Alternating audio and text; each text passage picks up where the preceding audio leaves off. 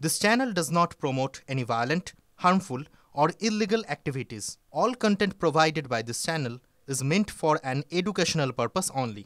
বিজয় পর্ব মিটতেই ২৬-এর ভোটের প্রস্তুতিতে ঝাঁপিয়ে পড়ল বঙ্গ বিজেপি।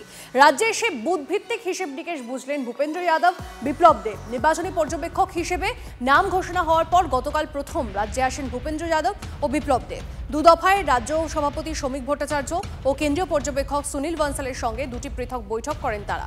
কোথায় কোন বুথে সংগঠনে আরও উন্নতির সুযোগ রয়েছে বৈঠকে জানতে চান দুই পর্যবেক্ষক। কতটা উন্নতি করলে হেরে যাওয়া আসনে জেতা সম্ভব সেই আলোচনা হয় বলেই সূত্রের খবর। রাজ্য কমিটি গঠন নিয়েও আলোচনা। সূত্রের খবর, রাজ্যের বিজেপির সাংগঠনিক অভিভাবক হিসেবে বনসাল রয়েছেন, তাই তার সঙ্গে আলাদা করে বৈঠক। নীতিগত সিদ্ধান্ত নেওয়ার ক্ষেত্রে কোনো সমস্যা যাতে না হয় তাই এই বৈঠক। উত্তরবঙ্গে বিশেষ দায়িত্বে বিপ্লব কুমার দেব। সূত্রের খবর, একাধিক বিধায়ককে ফোন করে দীর্ঘ সময় কথা বিপ্লব দেবের। বাংলার সমস্ত মানুষ বিশ্বাসী আমাদের নেতৃত্বের উপর, বাংলার ভারতীয় জনতা পার্টির ইউনিটির উপর। বাংলার মানুষ আজাদি চাইছে, বাংলার মানুষ শ্বাস ফেলতে চাইছে। এটা বন্ধ করে বাংলার মানুষকে এত সুন্দর একটা আমাদের সংস্কৃতি, বাংলা আজকে যেটা চিন্তা করে দুদিন পর পুরো ভারতবর্ষে প্রান্ত চিন্তা করতো, সেই জায়গাতে কোথায় নিয়ে গেছে এই বাংলাকে। তো সেই বাংলার আমরা পুনরুদ্ধার করব। আমাদের সেই বাংলা লাগবে, বিবেকানন্দের বাংলা লাগবে, ঈশ্বরচন্দ্র বিদ্যাসাগরের বাংলা লাগবে, বঙ্কিমচন্দ্রের বাংলা লাগবে।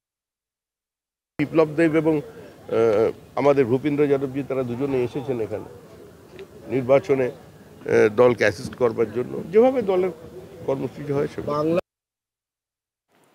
আর একবার আপনাদের জানিয়ে রাখি, বিজয়া পর্ব মিটতেই ২৬-এর ভোটের প্রস্তুতিতে ঝাঁপিয়ে পড়ল বঙ্গ বিজেপি। রাজ্যে এসে বুথভিত্তিক হিসেব নিকেশ বুঝলেন ভূপেন্দ্র যাদব, বিপ্লব দেব।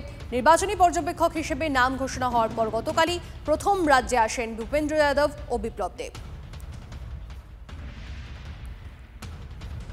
তৃণমূল মুখপাত্র অরূপ চক্রবর্তী এই মুহূর্তে আমাদের সঙ্গে রয়েছেন। অরূপবাবু, আমি তন্নিষ্ঠা বলছি, আপনার সঙ্গে কথা বলছি, এবং এই মুহূর্তে যে বিষয়টার দিকে আমরা নজর রেখেছি তা হচ্ছে এই বিজয় পর্ব মিটেছে এবং বিজেপির তরফ থেকে ভোটের জন্য, আসন্ন বিধানসভা ভোটের জন্য ইতিমধ্যেই ঘুঁটি সাজানো শুরু হয়ে গেছে বলেই মনে হচ্ছে, কারণ ভূপেন্দ্র যাদব, বিপ্লব দেব তারা এসে ইতিমধ্যেই বৈঠক শুরু করেছে।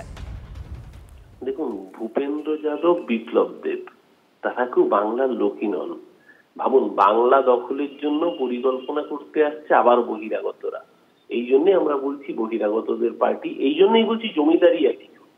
এই জন্যই অভিষেক বন্দ্যোপাধ্যায়, মমতা বন্দ্যোপাধ্যায় বারবার করে বলছেন ওরা বাংলাকে দখল করতে চায়। আমরা বাংলার মানুষের মন জয় করি, ওরা দখল করতে চায়। বাংলা চিরকাল দখলদারদের হারিয়েছে। বাংলা এর আগে বর্গী আগ্রাসন থেকে রুখেছে। বাংলা এর আগে যতবার বহিঃশত্রু তারা বাংলার বুকে অত্যাচার নামিয়েছে তাদেরকে রুখেছে। বাংলা ২১-এ পথ দেখিয়েছে, বাংলা ২৪-এ করে দেখিয়েছে, বাংলা ২৬-এ আবারও দখলদারদের হারাবে। বেশ, অনেক ধন্যবাদ আপনার প্রতিক্রিয়ার জন্য। এদিকে ভোটের আগে রাজ্য জুড়ে বিজয়া সম্মেলনে তৃণমূল। অভিষেকের নির্দেশে বিজয়া সম্মেলন ঘিরে মেগা জনসংযোগ। ৫ই অক্টোবর থেকে রাজ্য জুড়ে বিজয়া সম্মেলনে তৃণমূল দল অনুমোদিত ৫০-এর বেশি নেতা থাকবেন সম্মেলনগুলোতে। তালিকায় সাংসদ, বিধায়ক থেকে যুব নেতৃত্ব।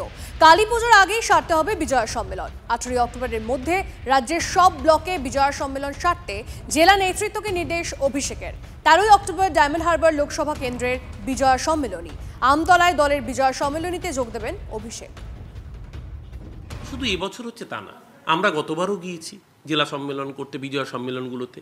তো সেই জায়গায় এটা ভালো প্রসেস। একটা বিজয়া সম্মেলনের মাধ্যমে সমস্ত কর্মীদের সাথে তারপর জেলার নেতৃত্ব দেখছেন যে রাজ্য নেতৃত্ব আসলে পরে তারাও তাদের সুখ দুঃখের কথা, অভাব অভিযোগের কথা বলতে পারেন। একদিকে বিজয়া সম্মেলনের মঞ্চে সকলের সাথে আনন্দ ভাগ করে নেওয়া, তার সাথে সাথে দলের পক্ষ থেকে মমতাদি এবং অভিষেকের বার্তা পৌঁছে দেওয়া যে আগামী ২৬-এর নির্বাচনে দল ২৫০+ সিটের টার্গেট নিয়ে নামবে। অভিষেক বন্দ্যোপাধ্যায় বা তৃণমূল কংগ্রেস তারা বিজেপিকে নকল করার চেষ্টা করছে, বিজেপিকে অনুসরণ করার চেষ্টা করছে। বিজেপি বিগত বেশ কয়েক বছর ধরে বিজয়া সম্মেলনী করে, এটা বিজেপির পদ্ধতি। বিজয়া সম্মেলনী করা, মন্ডলে মন্ডলে বিজয়া সম্মেলনী আমরা করেছিলাম গতবার। তো এবার এটাকেই তৃণমূল কংগ্রেস ফলো করার চেষ্টা করছে। জনসংযোগ তো হবে না, জনতোলা হবে, জনতোলাবাজি হবে। কারণ ওই বিজয়া সম্মেলনীকে সামনে রেখে বেশ কিছু তৃণমূল নেতা লোকাল ব্যবসায়ী, দোকানদার এদের কাছ থেকে মাল হাতিয়ে নেবে।